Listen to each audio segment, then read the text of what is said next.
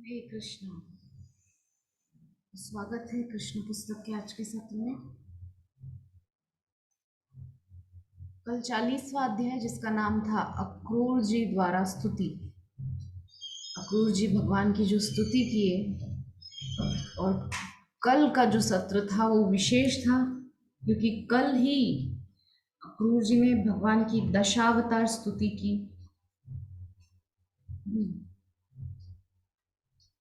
और नवदा भक्ति के छठे दिन में हमने जो दोनों हमारे आचार्य हैं, अक्रूर जी और जयदेव गोस्वामी, दोनों के चरित्र पर चर्चा की थी, जो क्योंकि दोनों ने ही दशावतार स्तुति गा करके भगवान की वंदना की है। अक्रूर जी ने भी दशावतार स्तोत्र लिखा है, स्तुति लिखा है, और जयदेव गोस्वामी ने भी। तो इससे हम समझ गए कि अक्रूर जी जो हैं भगवान की वंदन भक्ति के आचार्य हैं। उसके बाद अब आज हम शुरू करने जा रहे हैं 41वां अध्याय जिसका नाम है श्री कृष्ण का मथुरा में प्रवेश। तो जब अक्रूर जी श्री भगवान की स्तुति कर रहे थे, भगवान जल में से उसी प्रकार अंतर्धान हो गए जैसे कोई कुशल अभिनेता अपनी वेशभूषा परिवर्तित करके अपने मूल रूप में आ जाता है। हाँ, हम देखें कि कोई व्यक्ति अभिनय कर रहा है, जैसे नाटक मंडली आती है ना गांव में या शहरों में भी आती है, रामलीला करने या ब्रज 84 कोस में रासलीला करने के लिए मंडली चलती है। मोर मोर भगवान की लीला, वहां पे बहुत सुंदर सुंदर सुंदर लीलाओं का मंचन होता है। तो हम देखते हैं वहां पर राधा कृष्ण बन करके, मोर भगवान बन के, कृष्ण मोर बन करके आते हैं राधा रानी को रिझाने के लिए। तो इस प्रकार से लीलाएं करते हैं। और उसके बाद क्या करते हैं, जब नाटक पूरा होता है, लीला पूरी हो जाती है, तब आकर के कपड़ा, सादा कपड़ा पहन के, अपने घर का जो कपड़ा है वो पहन करके आ जाते हैं। तो उसी प्रकार से भगवान जो स्तुति अक्रूर जी कर रहे थे, अक्रूर जी ने स्तुति की और भगवान वो जल में यमुना जी के अंदर स्नान करने के लिए आए थे ना अक्रूर जी, और वहां भगवान ने उनको बहुत सुंदर अपना दर्शन कराया था अपने सारे परिकर सहित। तो अक्रूर जी स्तुति कर रहे थे और वहां से भगवान जो है अंतर्धान हो गए। अंतर्धान कैसे हो गए, जैसे कि कोई कुशल अभिनेता अपना नाटक का पूरा करके और फिर आकर के सादा कपड़ा पहन के, अपना रोज का कपड़ा पहन के अपने असली रूप में आ जाता है ऐसे। तो विष्णु मूर्ति के अंतर्धान होने के पश्चात अपनी शेष पूजा समाप्त करके वे श्री कृष्ण तथा बलराम जी के रथ के समीप आए और आश्चर्यचकित हो गए। विष्णु मूर्ति अंदर उनको किनका दर्शन हुआ था? चतुर्भुज नारायण का।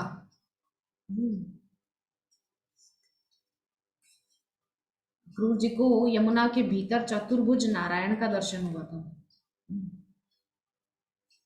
तो जब उनकी पूजा हो गई, समाप्त हो गई, तो फिर वो जब जल से ऊपर आए, यमुना जी से ऊपर आए, किनारे पर आए जहां रथ में बैठे हुए थे दोनों भैया, दोनों को देख करके आश्चर्यचकित हो गए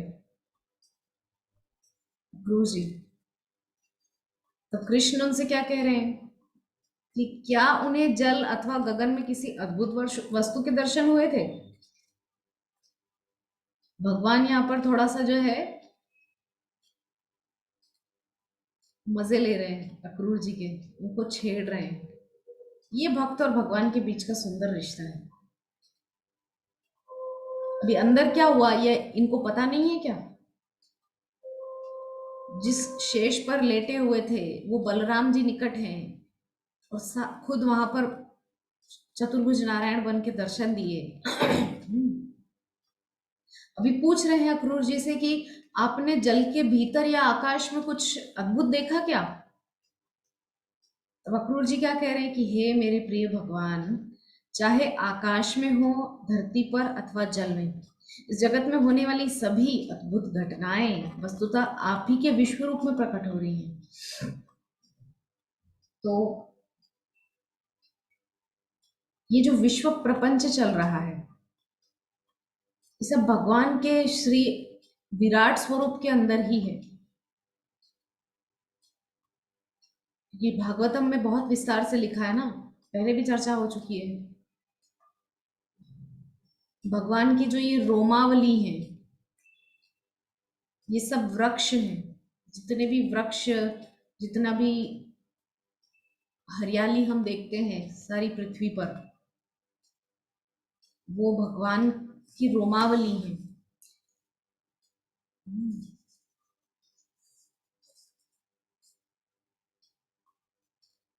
ये जो पहाड़ हैं, ये भगवान के अस्थियां वगैरह हैं, विराट स्वरूप में। तो इस प्रकार से सुंदर वर्णन है विराट भगवान के स्वरूप का। तो अक्रूर जी कह रहे हैं कि चाहे कोई भी घटना हो, वो घट तो आपके अंदर ही रही है, आप क्या उनसे अनभिज्ञ हैं? आप क्या जानते नहीं? अक्रूर जी ये कहना चाह रहे हैं, आप क्या जानते नहीं जो ऐसे अनजान बन रहे हैं? अतएव जब मैंने आपके दर्शन कर लिए, तब कौन सी अद्भुत वस्तु मुझसे अनदेखी अनदेखी रह गई? गुरु जी कह रहे हैं कि जब मैंने आपको देख लिया, तब और अद्भुत क्या? आपसे अद्भुत तो और कुछ नहीं। मान लीजिए कोई जादूगर आया, छोटे मोटे जादू दिखाने वाला, रोड पे जो आते हैं, उसने कुछ छोटा मोटा जादू दिखाया, हम चमक उससे बहुत इम्प्रेस हो गए, ओ बहुत सुंदर, कैसे किया, कुछ समझ नहीं आया। इससे बढ़ के जो बड़े जादूगर होते हैं, जो स्टेज परफॉर्मेंस देते हैं, बड़े बड़े शोज करते हैं, वो जादूगर जो है थोड़ा बड़े लेवल के जादू दिखाता है। कोई योगी योग साधनाओं के बल पे कुछ चमत्कार दिखाता है, अद्भुत लगता है लोगों को देखने पर। लेकिन मान लीजिए किसी के सामने सर्व जगन नियंता, अनंत कोटि ब्रह्मांड नायक श्री राधा रमण लाल जी प्रकट हो जाएं, किसी के सामने सन्मुख प्रकट हो जाए, मोर मुकुटधारी बंसीधारी त्रिभंग ललित स्वरूप लेकर के, तो इससे अद्भुत और क्या होगा? अरे लोग तो किसी साधारण स्त्री के शरीर में देवी का जो आवेश आता है, उसी को बहुत देख के उनको लगता है ओह कितना अद्भुत है, एक सामान्य स्त्री के शरीर में देवी का आवेश।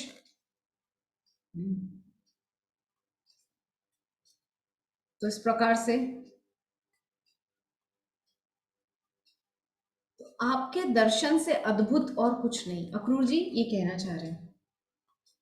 यह कथन इस वैदिक निष्कर्ष की पुष्टि करता है कि जिसने श्री कृष्ण को जान लिया है, उसने सब कुछ जान लिया है, तथा जिसने श्री कृष्ण के दर्शन कर लिए, उसने चाहे कैसी भी अद्भुत वस्तु हो, सबके दर्शन कर लिए हैं। कोई व्यक्ति ये कहे कि उसने श्री कृष्ण को जान लिया, तो वो गलत बोल रहा है। इसका मतलब वो अभी श्री कृष्ण को जानता ही नहीं है। एक श्लोक है केनोपनिषद का, जहां तक मुझे स्मरण आ रहा है वो केनोपनिषद का श्लोक है।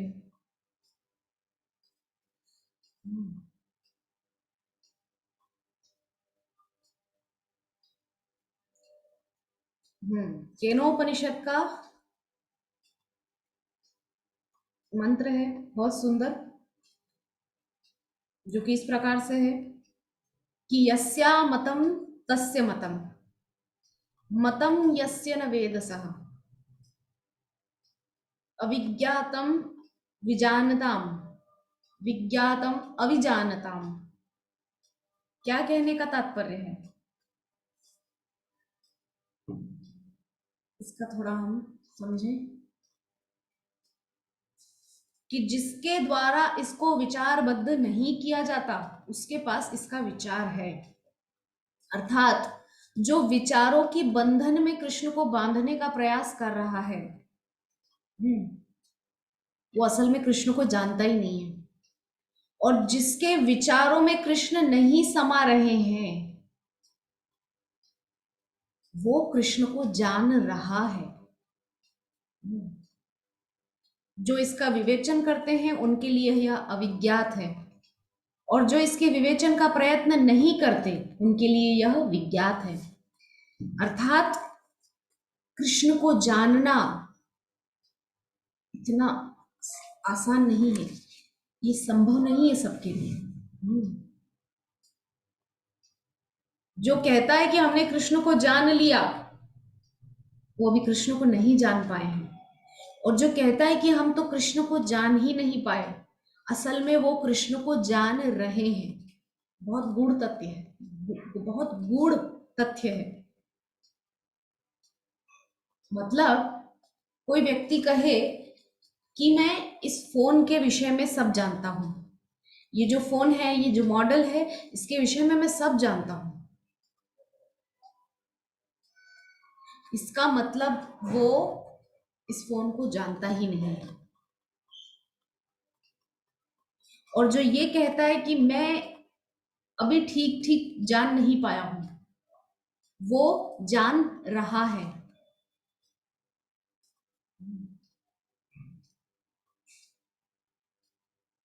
कृष्ण जो है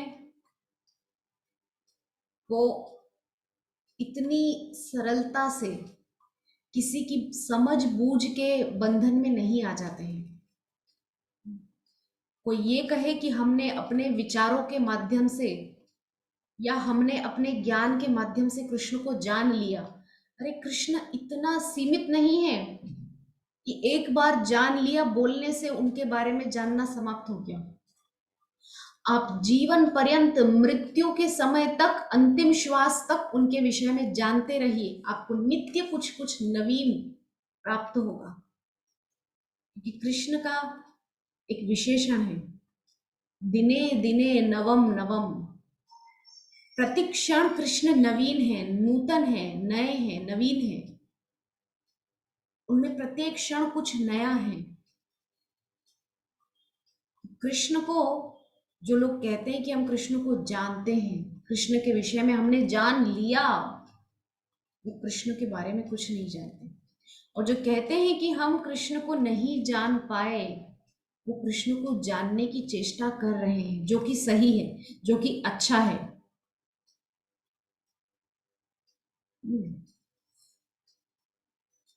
तो यही बात अक्रूर जी यहाँ कह रहे हैं। जिसने श्री कृष्ण को जान लिया है उसने सब कुछ जान लिया है, तथा जिसने श्री कृष्ण के दर्शन कर लिए उसके लिए और फिर कुछ अद्भुत देखने लायक बचता नहीं है।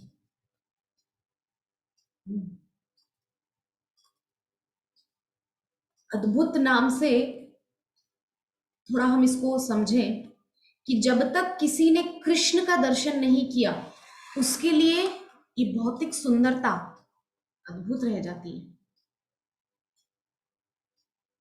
दक्षिण में एक व्यक्ति थे जिनका नाम था धनुर्दास।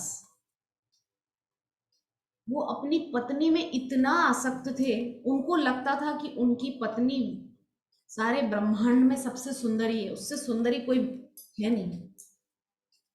इतना आसक्त थे अपनी स्त्री में कि वो जब चलती थी धूप में, बालाजी जो तिरुपति भगवान है उनकी रंगनाथ रंगनाथ भगवान की सवारी निकल रही थी एक बार, तो श्री रामानुजाचार्य ने देखा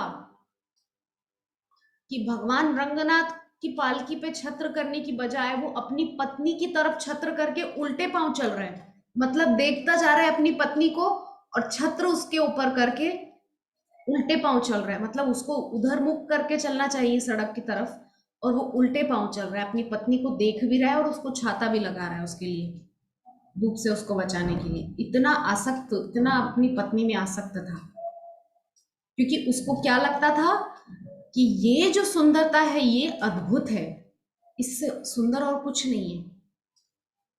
तब श्री रामानुजाचार्य ने बोला, अरे धनुर्दास, तुम ये क्या कर रहे हो? बोले, मेरी पत्नी बहुत सुंदरी है और मैं उससे बहुत प्रेम करता हूँ। उसका रूप कुम्हला ना जाए इस भरी धूप में, इसीलिए जो है मैं उसके छत्र करके चल रहा हूं उसके ऊपर। तब रामानुजाचार्य ने कहा कि अगर मैं तुमको ऐसा स्वरूप दिखा दूं जिसको देखने के बाद तुम अपनी पत्नी को भी भूल जाओगे, तो तुम ऐसा करना छोड़ दोगे? बोले, मैं मान ही नहीं सकता कि मेरी पत्नी से सुंदर कोई और है, और अगर हुआ तो मैं उसी क्षण सब कुछ त्याग दूंगा और उस सुंदरता का दास बन जाऊंगा जिसकी आप बात कर रहे हो। रामानुजाचार्य ने कहा, ठीक है, कल सुबह सुबह आ जाना मंगल आरती के समय। रामानुज संप्रदाय में बहुत 3:30 बजे बिल्कुल मंगल आरती 3:45 शुरू हो जाती है। तो व्यक्ति आया है और जैसे ही गर्भगृह के द्वार रामानुजाचार्य ने खोले थे मंगल आरती के लिए, तो उस सौंदर्य को देख करके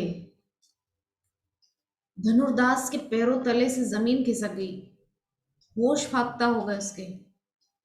इतना सुंदर श्री रंगनाथ भगवान का स्वरूप,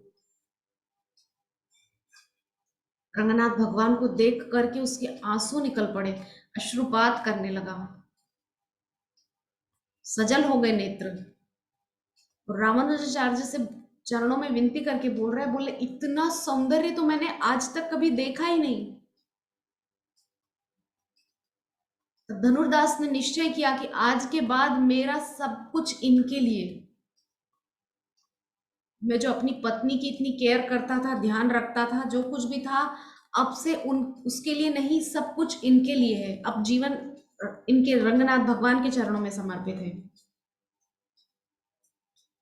तो इससे हमको क्या समझ में आया? इससे ये समझ में आया कि जब तक भगवान के सौंदर्य को, श्री कृष्ण के सौंदर्य को कोई नहीं देख लेता, तब तक उसको भौतिक जगत का सौंदर्य अद्भुत दिखाई देता है। आहा, क्या अद्भुत दृश्य है, क्या अद्भुत कन्या है, क्या अद्भुत पुरुष है, क्या अद्भुत जो है घर है, या कुछ भी भौतिक जगत का अद्भुत तब तक ही लगता है जब तक श्री कृष्ण का जो है दर्शन ना हो जाए।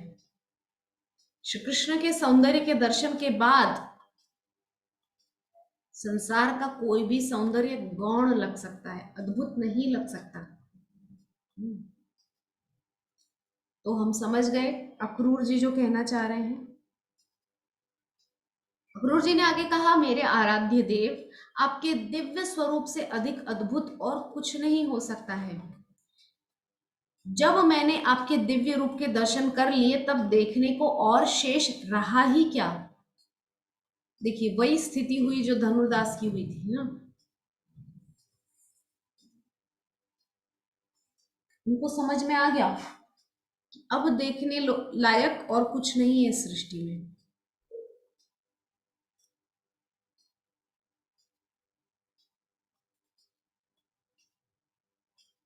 यह कहने के उपरांत अक्रूर जी ने तत्काल रथ को चला दिया। सूर्यास्त तक वे मथुरा नगर की सीमा के निकट पहुंच गए। वृंदावन से मथुरा के मार्ग में सभी पथिक जिन्होंने श्री कृष्ण और बलराम के दर्शन किए, विवश होकर बारंबार उनको निहारने लगे। तो यहाँ पर जो है अक्रूर घाट पर जो रुके थे, अक्रूर जी ने स्तुति की वगैरह, भगवान का सब वो दर्शन किया। अब जो है रथ को लेकर के चल पड़े हैं और मथुरा की सीमा के निकट पहुंच गए। रास्ते में जिन जिन ने भगवान का दर्शन किया, कृष्ण बलराम का दर्शन किया, वे सब कृतकृत्य हो गए, धन्य हो गए। इसी बीच नंद तथा उपनंद के नेतृत्व में वृंदावन के अन्य नागरिक वनों को पार करके पहले से ही मथुरा पहुंच चुके थे। श्री कृष्ण तथा बलराम जी के आगमन की प्रतीक्षा कर रहे थे। मथुरा के प्रवेश द्वार पर पहुंचकर श्री कृष्ण तथा बलराम जी रथ से उतर गए तथा विनीत भाव से अक्रूर जी से हाथ मिलाकर बोले, अब आप घर जा सकते हैं, क्योंकि हम अपने साथियों के साथ थोड़ी देर बाद मथुरा में प्रवेश करेंगे। क्या हुआ, जो साथी थे वो सब मथुरा पहुंच गए, और मथुरा के प्रवेश द्वार पर पहुंचकर भगवान ने अक्रूर जी से कहा रथ से उतर के, कि हाथ जोड़ के विनीत भाव से, कि अब आप घर जा सकते हैं, हम अपने साथियों के साथ जो है मथुरा में प्रवेश करेंगे। तब आगे अक्रूर जी कह रहे हैं कि हे प्रिय भगवान, आपको छोड़कर मैं अकेले मथुरा नहीं जा सकता, मैं आपका शरणागत दास हूं, कृपया इस प्रकार मेरा त्याग करने का प्रयास न कीजिए। अक्रूर जी यहाँ कह रहे हैं कि मैं आपको छोड़कर नहीं जा सकता, आपका दास हूं, आपके बिना मैं नहीं रह सकता, और मेरा त्याग न कीजिए।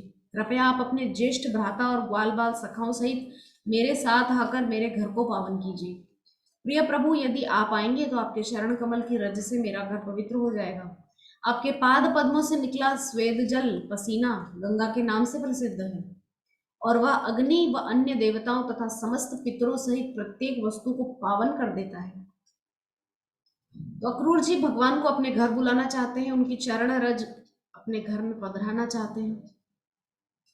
बलि महाराज केवल आपके पाद पद्म पखार कर प्रसिद्ध हो गए तथा गंगा जल के संपर्क में आने के कारण उन्हें स्वर्गलोक में स्थान मिला, और उन्होंने समस्त सांसारिक ऐश्वर्य का भोग किया, और अंततः सर्वोच्च तथा देव दुर्लभ मुक्ति प्राप्त की।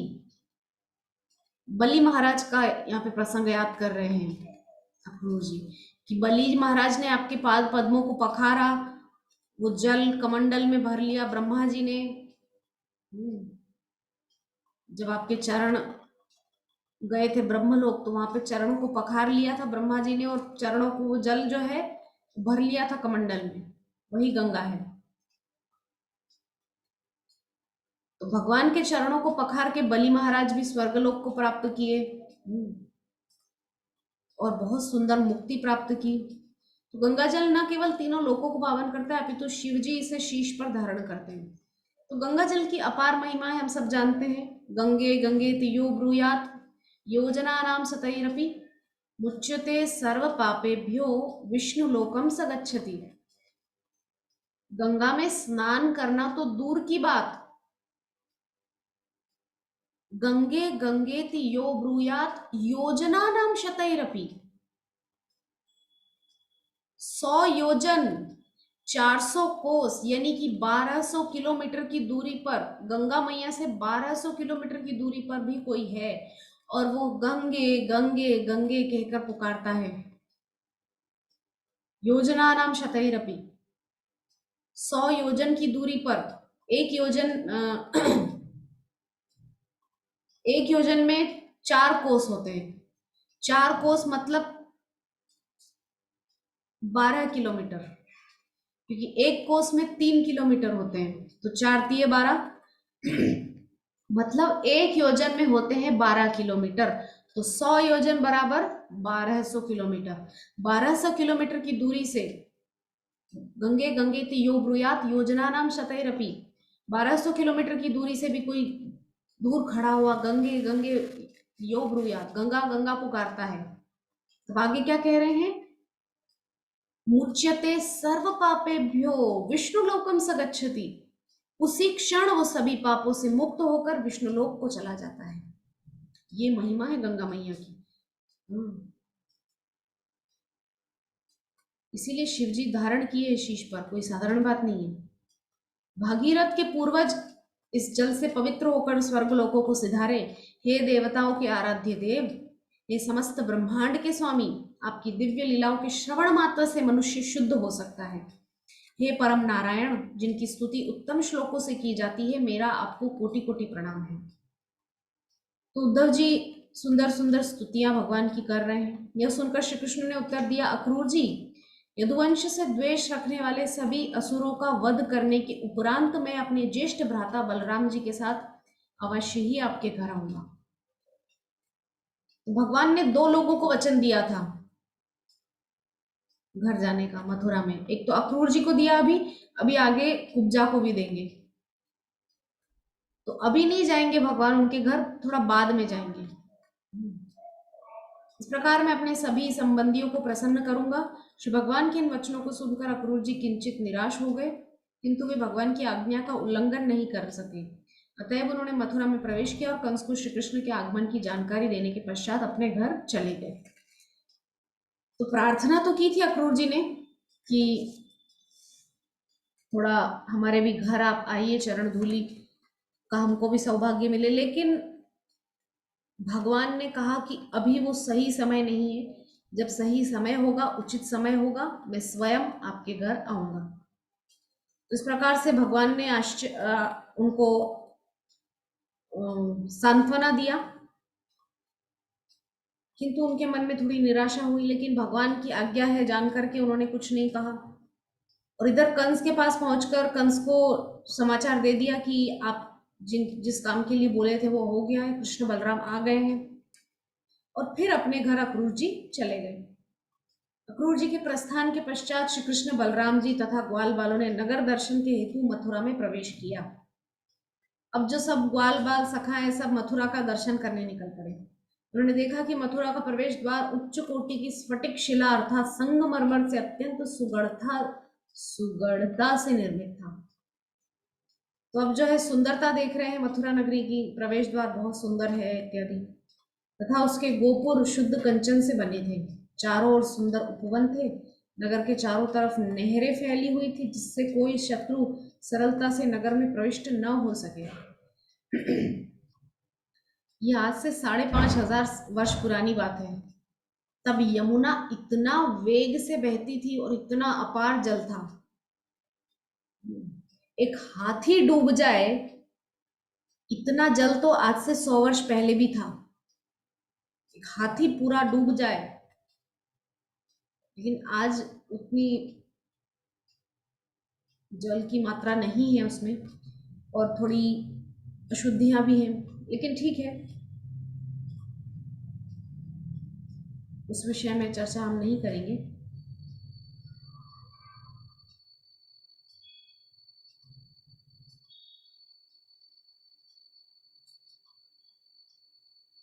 तो हम चर्चा कर रहे थे नहरें। नहरें इतनी बना रखी थी, और आज भी हम जब गए अभी वृंदावन तो हमने देखा वहां बहुत नहरें बनी हुई हैं। उस समय के लिए यहाँ पर कहा जा रहा है कि वो नहरें बनी हुई थी ताकि शत्रु प्रवेश ना कर सके, क्योंकि बहुत अपार जल हुआ करता था यमुना में। अगर यमुना को पार करेंगे नगर में प्रवेश होने के लिए तो नहर में गिर जाएंगे और बह के मर जाएंगे, क्योंकि बहुत जल बहुत मात्रा में था, बहुत तेज प्रवाह था उस समय। उन्होंने देखा कि नगर के सभी चौराहे स्वर्ण से अलंकृत थे और अन्न इकट्ठा करने के लिए तांबे और पीतल के गोदाम थे।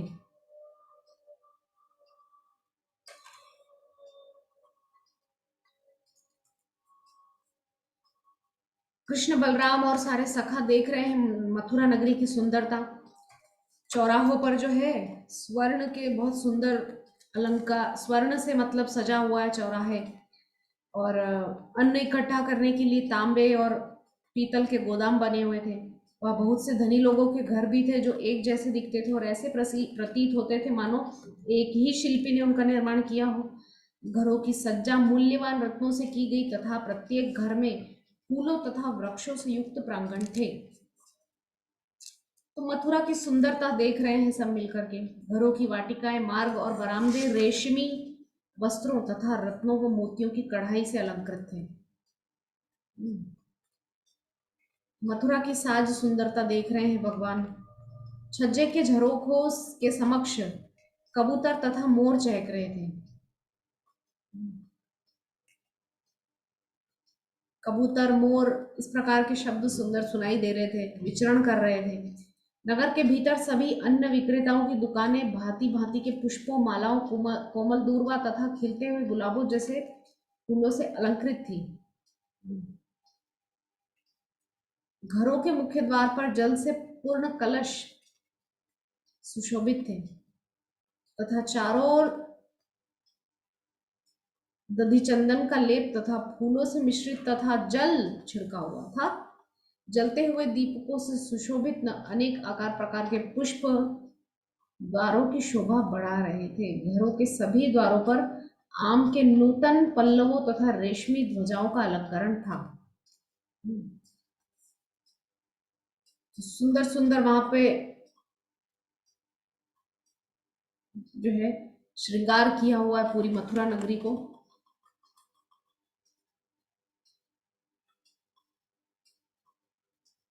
जब श्री कृष्ण बलराम जी और ग्वाल बालों की मथुरा नगरी में उपस्थिति का समाचार फैला तो सभी नागरिक वहां एकत्र हो गए। ये सुन करके कि कृष्ण बलराम आए हैं, सब आ गए वहां पर। मथुरा की नारियां एवं कन्याएं उनके दर्शनार्थ तत्काल घरों की छतों पर चढ़ गई। हम्म। कृष्ण बलराम जो है मथुरा पहुंच चुके हैं। मथुरा में अभी अपने ग्वाल बाल सखाओं के साथ में वे थोड़ा भ्रमण करने के लिए निकले हैं। आज के सत्र को यही विश्राम देंगे, कल पुनः आपके सामने उपस्थित होंगे इसी 41वें अध्याय को लेकर के। तब तक के लिए वांछा कल्पतरुभ्यश्च कृपा सिंधुभ्यो च पतितानां पावनेभ्यो वैष्णवेभ्यो नमो नमः। हरे कृष्ण कृष्ण कृष्ण हरे हरे, हरे राम राम राम हरे हरे। ग्रंथराज श्रीमद् भागवतम महापुराण की जय। जगत गुरु श्रील प्रभुपाद की जय। निताय गौर सिद्धानाथ प्रेमानंदे हरि हरि बोल।